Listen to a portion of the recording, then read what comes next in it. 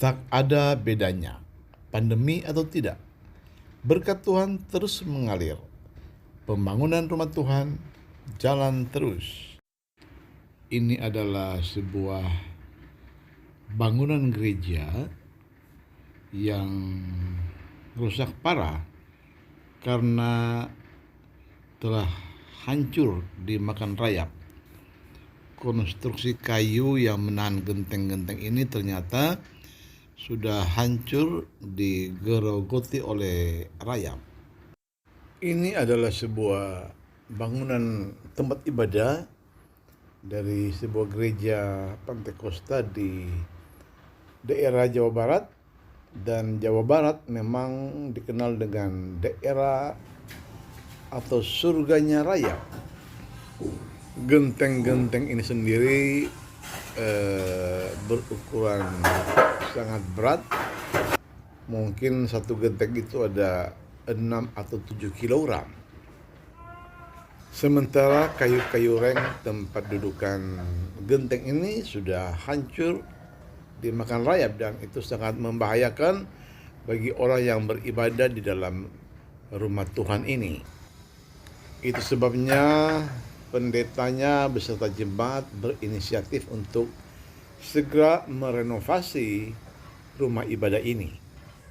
Jemaat gereja tersebut yang tak seberapa, yang mungkin hanya mencapai 40-50 orang, akhirnya mulai berdoa, memohon campur tangan Tuhan dan mujizat Tuhan dalam merenovasi tempat ini.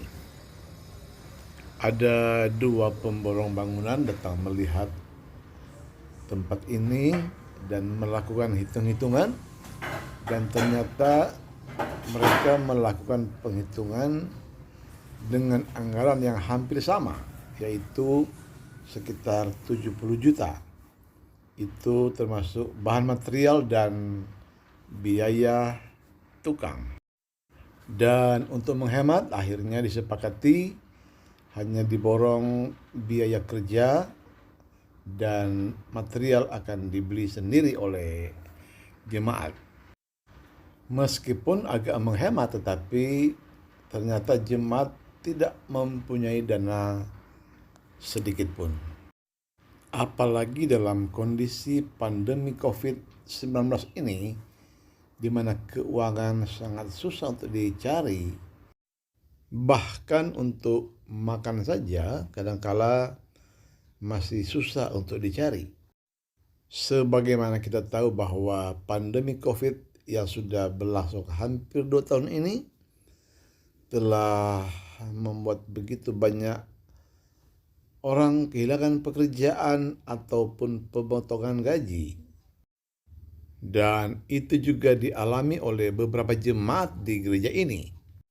Jadi mengumpulkan dana 70 juta itu sebenarnya satu hal yang sangat berat bagi jemaat.